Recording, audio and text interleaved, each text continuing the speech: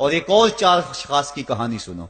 حضور نے ارشاد فرمایا اے عمر اگر مجھے لوگوں کے سست ہو جانے کا ڈر نہ ہو تو میں تمہیں یہ بات کہوں کہ اس خبر کو جا کے گلی بازاروں میں بتا دو اور 4 اشخاص کی جنت کی گواہی دے دو کہ انہیں جنت میں جانے سے کوئی شے نہیں روک سکتی. عرض کی حضور کون کون؟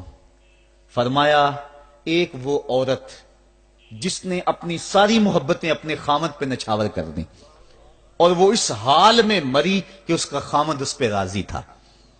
جنت میں جانے سے اس کو کوئی شے نہیں روک سکتی. اور دوسرا وہ شخص جس کے بچے زیادہ ہیں، ذرائع آمدنی تھوڑے ہیں، لیکن اس نے اپنے بچوں کے پیٹ میں حرام کا لقمہ نہیں جانے دیا، محنت کرتا رہا، اوور ٹائم لگاتا رہا، مزدوری کرتا رہا اور اپنے بیٹوں کے لیے رزق حلال کی تلاش میں رہا.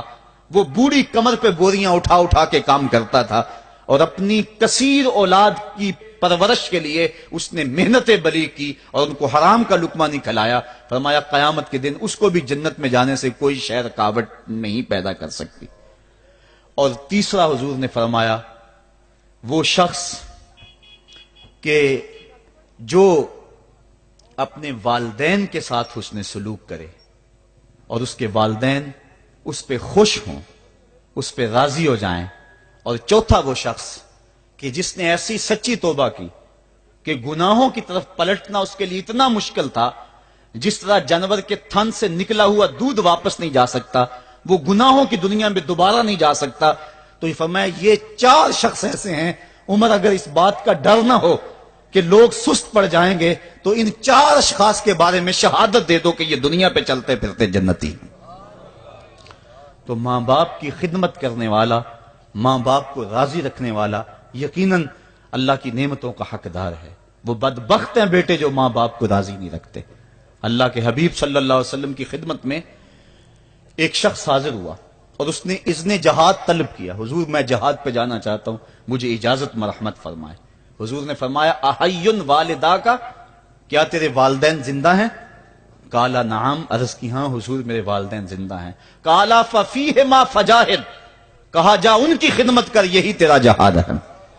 ماں باپ کو بلکتا ہوا چھوڑ جائے اور آپ جہاد پہ چلا جائے، ماں فالج میں گری ہوئی ہے اور بیٹا تبلیغی گشت پہ چلا جائے، باپ تڑپ رہا ہے اور بیٹا پیر کی چوکھٹ پہ جھاڑو دیتا پھرے، اللہ راضی نہیں ہوگا. میں سچ کہتا ہوں اپنے بھی خفا مجھ سے ہیں بیگانے بھی ناخوش کہ میں زہر حلاحل کو کبھی کہہ نہ سکا کند.